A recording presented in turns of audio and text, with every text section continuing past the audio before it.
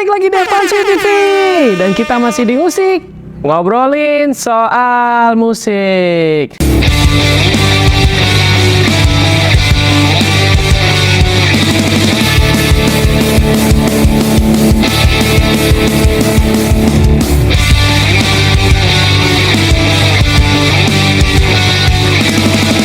Musik, ngobrolin soal musik.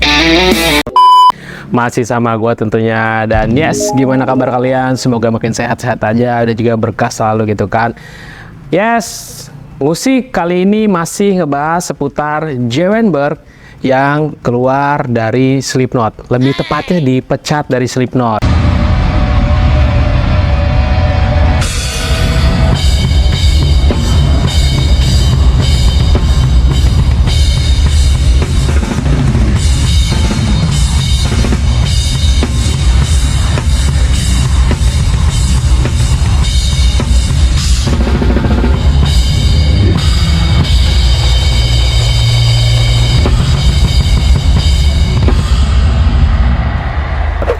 Gitu. Tapi hari ini gua nggak ngebahas tentang kronologi dia dipecat karena udah ada di episode sebelumnya, 2 episode bahkan. Kalau yang belum nonton, nonton dulu gitu kan. Dan hari ini gua bakal ngebahas siapa sih sosok drummer pengganti Jwenberg di Slipknot. Yes, gua akan ngebahas 6 musisi yang mungkin akan mengisi posisi drummer baru di Slipknot.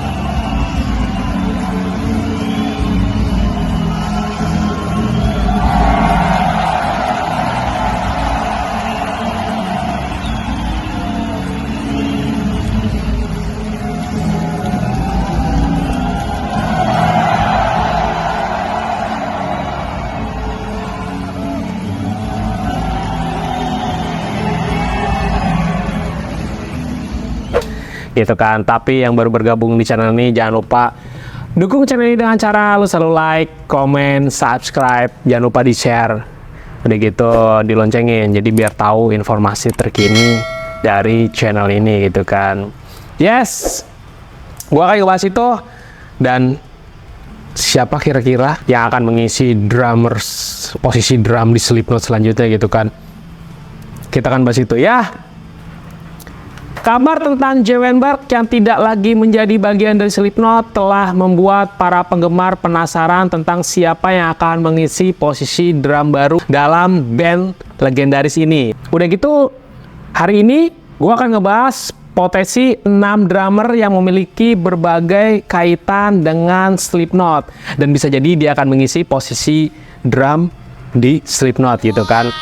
Slipknot, band ikonik dalam dunia musik new metal. Udah gitu telah terbiasa dengan perubahan personil ya, itu udah jelas banget.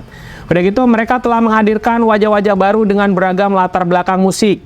Jwenberg dan Alex Vimen Venturella contohnya udah gitu datang dari band-band lain dan membawa nuansa segar pada perjalanan musik di grup ini. Udah gitu ada Michel Tortilamen Puff yang merupakan rekan seband dari si Sound atau Cyclone gitu kan, kerahan dari band rock alternatif Dirty Little Rabbits, juga telah memberikan warna tersendiri dalam perjalanan musik Slipknot. Udah gitu, namun alih-alih spekulasi yang sembarangan mengenai siapa saja yang bisa menjadi drummer ketiga Slipknot ini. Udah gitu, mari kita fokus beberapa kandidat yang memiliki kaitan khusus dengan band ini. Kaitan ini bisa melalui proyek sampingan, penampilan bintang tamu, atau bahkan sebagai anggota live saat perform. Lanjut ya.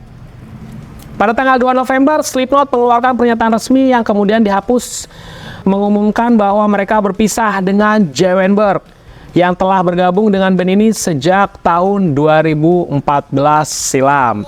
Pernyataan tersebut mengakui dedikasi dan kontribusi Jwenberg dalam 3 album terakhir Slipknot. Namun band ini juga menegaskan niatnya untuk terus berkembang dan membuat keputusan kreatif dengan melepaskan J dari formasi band. Gokil sih, dipecat via telepon bro. Udah gitu dengan kursi drum kosong yang sekarang menjadi perhatian utama, mari kita perkenalkan ke-6 drummer yang memiliki kaitan kuat dengan Slipknot. Ya, di posisi pertama ada Simon Crahan.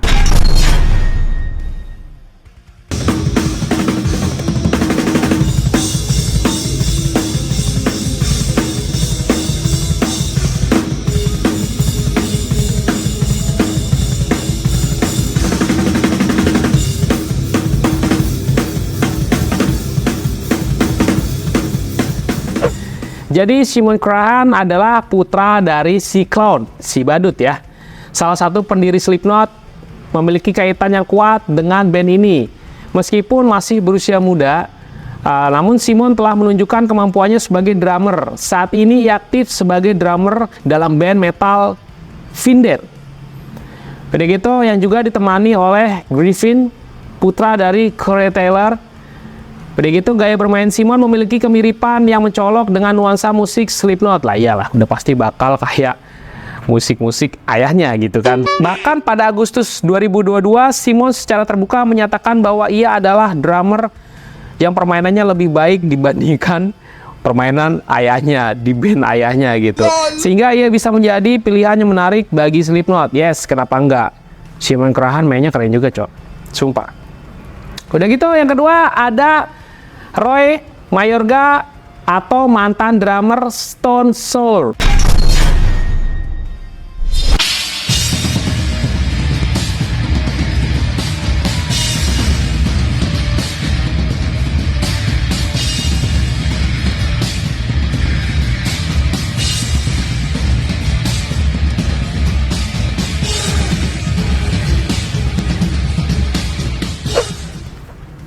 Roy Mayorga dengan lebih dari 30 tahun pengalaman dalam dunia musik menawarkan profesionalisme tinggi selain menjadi drummer Stone Sour pada tahun 2006 hingga 2020. Ia telah bekerja sama dengan vokalis Corey Taylor dan gitaris Jim Root selama masa jabatannya. Pengalaman Roy dalam menggantikan posisi penting di band, seperti saat ia tur dengan Hell Yeah setelah kematian Vinnie Paul. Udah gitu membuatnya menjadi kandidat yang layak untuk mengisi posisi drummer di Slipknot. Gimana apa nih kalian? Ini ya drummer-drummer yang dikategorikan drummer-drummer yang udah pernah bersinggungan sama personil mereka sendiri ya. Jadi udah kenal sih, gue bilang sih. Lanjut ya. Yang ketiga ada Dustin Roberts, anggota band Live-nya Corey Taylor.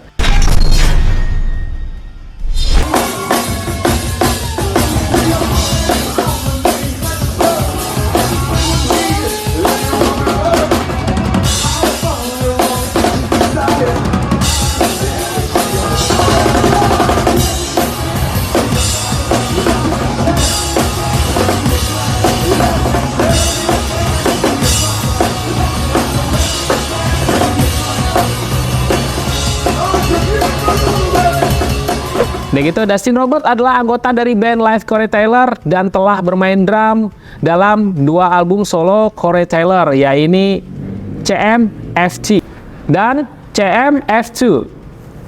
Oh, dia gabung di 2 band ya.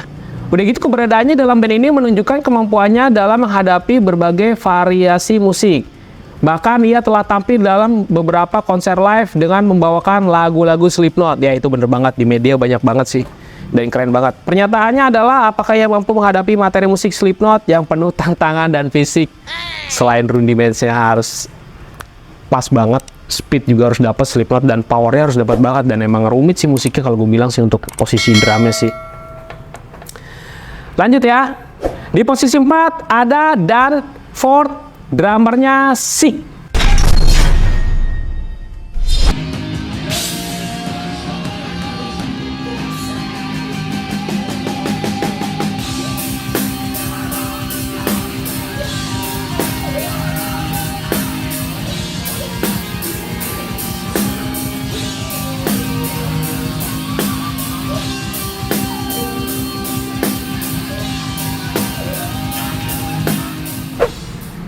Danforth adalah rekan band dari V-Man dalam band Crocodile, sebuah band metal groove progresif. Danforth adalah drummer berbakat yang telah menjadi tulang punggung band metalcore veteran Sick nama bandnya.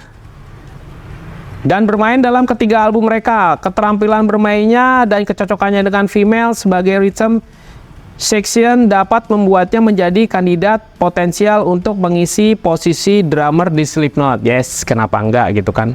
Siapa juga berhak sih. Kandidatnya keren-keren di sini. Oke ya, lanjut ya. Di posisi 5 ada Joel Ekman, mantan anggota Stone Sour.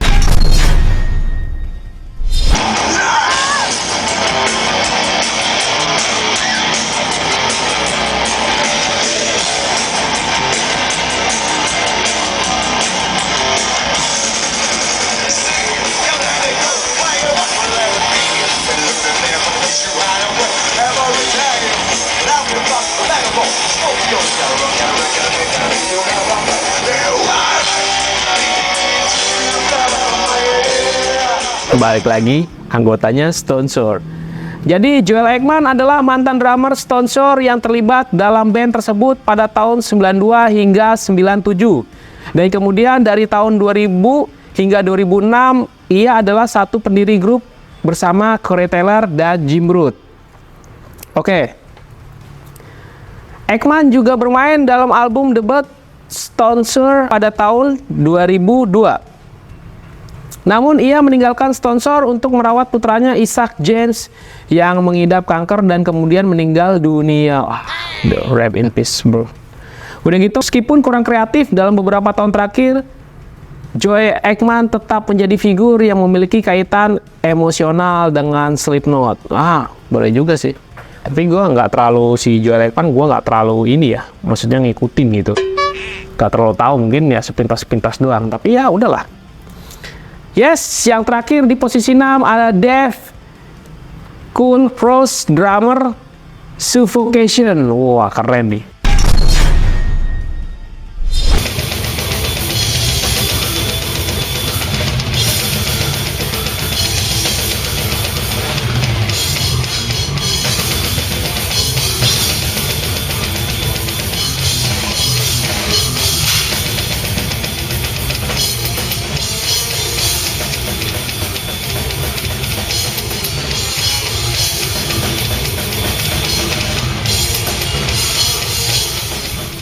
Kaitan Dave Cool Rose dengan Slipknot mungkin agak jauh, namun tetap ada. Mike Thompson dari Slipknot pernah tampil sebagai guest solo dalam lagu Deliver My Enemy di album ke-10 oleh icon death metal asal Florida, Malevolence Creation. Album tersebut menampilkan drummer Dave Cool Rose, yang memiliki pengalaman luas dalam dunia musik ekstrim. Meskipun ia tidak aktif dalam beberapa tahun terakhir, kaitan dengan Mike Thompson membuatnya menjadi salah satu nama yang patut diperhitungkan. Wah, gokil. Tapi ya tentunya sih ya, keputusan akhir tentang siapa yang mengisi posisi drum Slipknot sepenuhnya ya berada di tangan band tersebut ya. Jadi ini hanya kandidat aja gitu. Udah gitu penggemarnya berharap sih pilihan tersebut membawa nuansa baru dan energi segar tentunya gitu kan bagi perjalanan musik Slipknot kedepannya. Ya bener sih, maksudnya kayak kan dia butuh nuansa baru nih lepas dari Jay. Gue gak tau, mungkin karena permainannya Jay Weinberg gitu-gitu aja selama 10 tahun, jadi Slipknot terasa kayaknya nggak ada perkembangan gitu. Soalnya dia biasa dengan Joey Jordison yang dia pengalamannya lebih banyak, udah gitu manuvernya untuk Rudy Manson tuh lebih bagus, lebih baik dari Jay Weinberg memang sih. Ya tapi ya gue juga nggak bisa pungkiri lah, si sosok Jay keren juga cok. Kalau nggak dia nggak dapat penghargaan Drummer Metal of the Years di tahun 2023 ini kalau memang dia nggak keren sih gitu. Tapi sih gue menantikan sih. Tapi kandidat gue, menurut gue sih Simon Crahan ya. Simon Crahan tuh keren cok, mainnya cok, bagus lah. Maksud gue kayak ya udahlah kandidatnya mungkin lebih ke sini. Kalau gue ya, gue nggak tahu ya. Tapi ini menurut gue sih. Kalau misalnya kalian punya opini lain, tulis aja di kolom komentar gitu kan. Mungkin dia punya kandidat lain di luar yang kandidat ini ya, gue juga nggak tahu ya. Soalnya info yang gue dapat ya seperti ini, kandidat-kandidatnya sementara seperti ini gitu. Entah mungkin di luar sana mungkin ada kandidat lain buat Slipknot ya, gue juga kurang paham itu gitu. Ya mungkin sampai segini aja, gak usah lama-lama. Intinya kandidat-kandidatnya Slipknot kita udah sedikit cari tahu lah. Intinya kandidatnya ada 6, udah gue tampilin. Menurut gue sih ya Simon Crahan agak lebih besar kemungkinannya gitu dibandingin yang lain sih ya. Tapi gue nggak tahu juga ya, kalau misalnya dia nggak mau juga bebas-bebas aja kan, kita mau atau enggak gitu kan.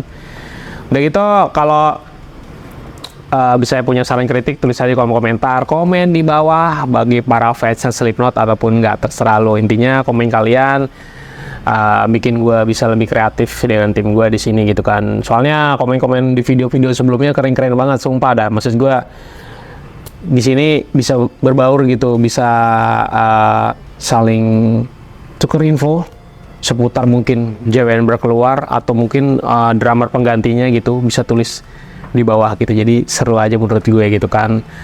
Dan buat lo yang nonton dari awal sampai terakhir nggak di skip, lu keren banget men. Hasil lu keren banget begitu. Selalu dukung channel ini dengan cara lu like, comment, subscribe. Jangan lupa di loncengin, jangan lupa lu share ke teman-teman lu gitu kan. Kita bangun channel ini sama-sama biar bisa jadi wadah kreatif untuk musik kedepannya. Dan juga tato ya, karena di luar musik gue juga ngebahas tato gitu kan. Pokoknya kita ketemu di episode selanjutnya, and see you next video. Bye bye.